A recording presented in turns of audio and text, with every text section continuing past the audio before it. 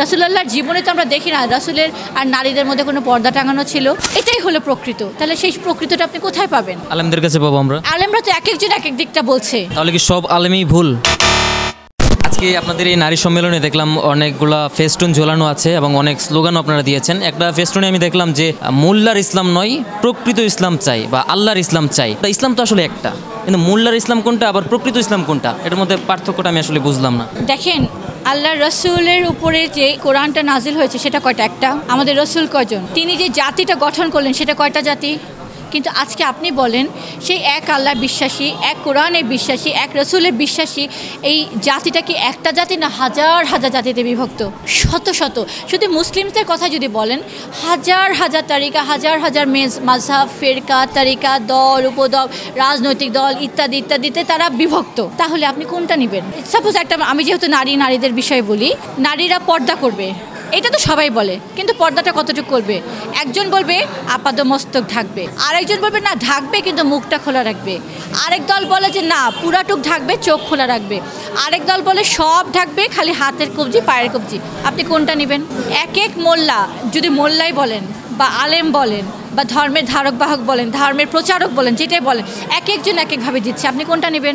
আপনি নেবেন সেইটা যেটা আল্লাহ বলেছেন কোরআনে, রাসূল করেছেন তার জীবনে। এটাই হলো প্রকৃত। তাহলে সেই প্রকৃতটা আপনি কোথায় পাবেন? আলেমদের কাছে পাবো আমরা। আলেমরা তো এক একজন এক এক দিকটা বলছে। এক আলেম বলছে মুখ দেখা যাবে, একজন বলছে দেখা যাবে না, একজন বলছে হাত মোজা পড়তে হবে, একজন বলছে পড়তে লাগবে না, একজন বলছে যে প্রজেক্টরের মাধ্যমে ইমাম সাহেবকে দেখলে নাজায়েজ হবে কি হবে না, একদল বলছে হবে, একদল বলছে হবে না। তো আপনি কোনটা নেবেন? তাহলে কি সব আলেমই ভুল? যেহেতু তাদের ব্যাখ্যাগুলো রাসূলুল্লাহর লাইনে না, রাসূলুল্লাহ যা করেছেন তার সম্পূর্ণ বিপরীত, আমি ধরে নেব সবাই ভুল। It is proven. রাসূলুল্লাহ জীবনে যখন তিনি নবুয়ত পেলেন, তিনি যখন শিক্ষা দিলেন, দ্বীনের শিক্ষা দিলেন, নারী পুরুষ সবাই এটা গ্রহণ করেছে।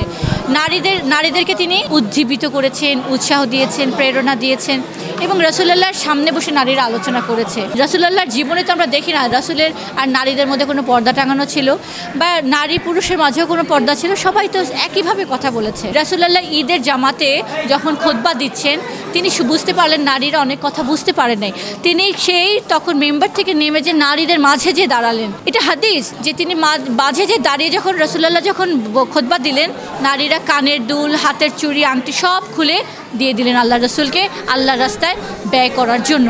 আজকে আমরা যেটা দেখছি, বিভিন্ন আলেমরা বিভিন্নভাবে ইসলামকে ব্যাখ্যা দিচ্ছেন, যত ব্যাখ্যা দিচ্ছেন সবগুলো হচ্ছে বাড়াবাড়ি।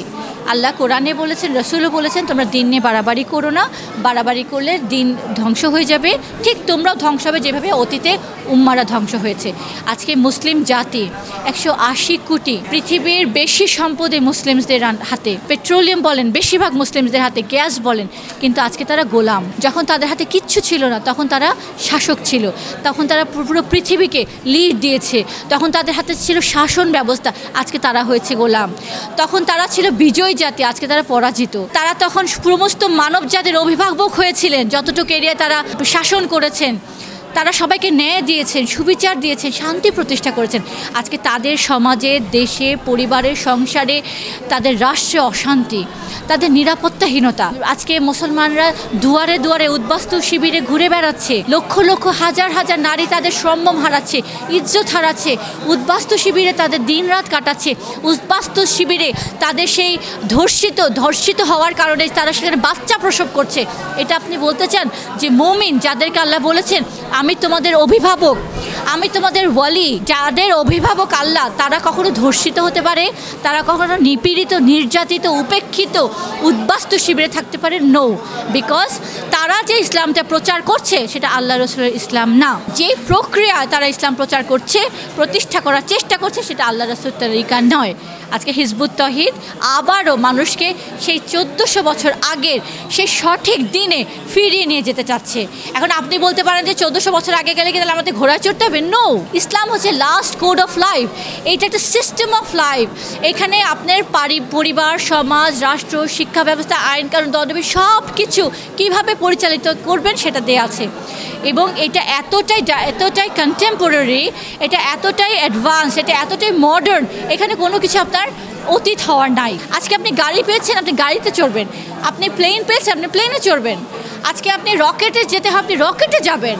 আল্লাহর দ্বীনের কাজ করার জন্য। হিজবুত তৌহিদ মানব জাতিকে আবার সেই তৌহিদের প্রতি ঐক্যবদ্ধ করার চেষ্টা করছে এবং আল্লাহর সেই জীবন ব্যবস্থাটাকে মানব রচিত জীবন ব্যবস্থাকে উৎখাত করে আল্লাহর দেওয়া জীবন ব্যবস্থাকে প্রতিষ্ঠা করার জন্য সংগ্রাম করছে, যেটা রাসূলুল্লাহ করেছেন। এই জন্যই আমরা মানুষকে সত্য পথে ডাকছি, প্রকৃত দ্বীনের পথে ডাকছি, প্রকৃত মূল মন্ত্রের পথে ডাকছি ঐক্যবদ্ধ হওয়ার জন্য। তারা যারা ডাকছে এক একজন এক এক তারিকায়, কোনো তারিকার সাথে আপনি আল্লাহর তারিকা রাসূলের তারিকার মিল পাবেন না।